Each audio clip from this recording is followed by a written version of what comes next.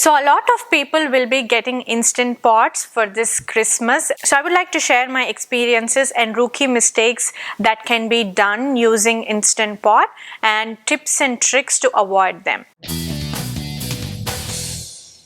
So the first mistake that everybody does as soon as you get the instant pot is to jump on complex recipes and try to make a biryani to impress your family, or try to make pulao and a roast or something like that. So that's the biggest rookie mistake. It can go wrong in many ways and you get disheartened and then don't use the instant pot ever again. So please don't do that, but try to make simple recipes, like try to boil some eggs, try to make some rice, or for Indians you can make a simple dal.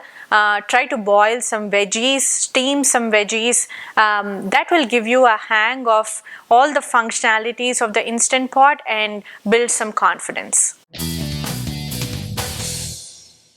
And the number 2 rookie mistake is a lot of them place your instant pot on the stove just because there is a vent on the top to make sure the steam is, or the smells are gone. But that is the biggest mistake, because sometimes you never know if the grill is hot. So if somebody accidentally turns on the stove, I have seen a lot of Instagram and Facebook posts where the bottom is completely melted off. In most of the models, the knobs are also here, and then you might have accidentally turned it on as well. So please try avoiding placing the instant pot on your stove or closer to the stove. Try to keep it separate from your stove area.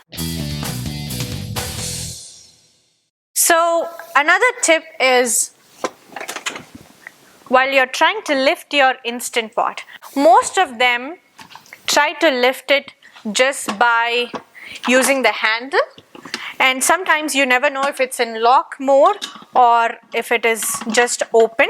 There is a good chance of you dropping the instant pot and there'll be dents. It cannot be used anymore because of the dents. So try to avoid lifting it by the handle, but lift it from the bottom with both your hands.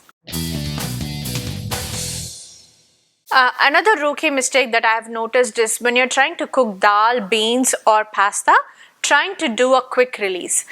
Beans and dal and pastas create a lot of froth, and they boil in high temperatures. So when you try to open or do a quick release, the foam comes out of the instant pot and makes a mess, and you will not use the instant pot ever again. So do not try to do a quick release, but let it sit and let the pressure release naturally. And the 5th mistake is when you're trying to ferment batters like dosa batter or idli batter, do not use the instant pot lid. What happens if you use the instant pot lid is, if the batter rises really high, the instant pot lid gets jammed and you'll not be able to open it and not use the instant pot.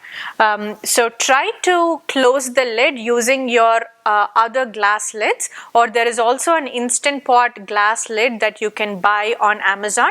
I will leave the link in the comment section. So try to buy that glass lid and place that lid for all your fermenting. If you have already done that, if you want a tip on how to remove the lid, just give it a lot of time, around almost a day, for the batter to settle down. Keep wiggling the lid and make sure the whistle is in venting mode, and that's how you will be able to get the lid out. Please do like and subscribe to my channel. Please share my channel with your friends. See you all in the next video. Bye-bye.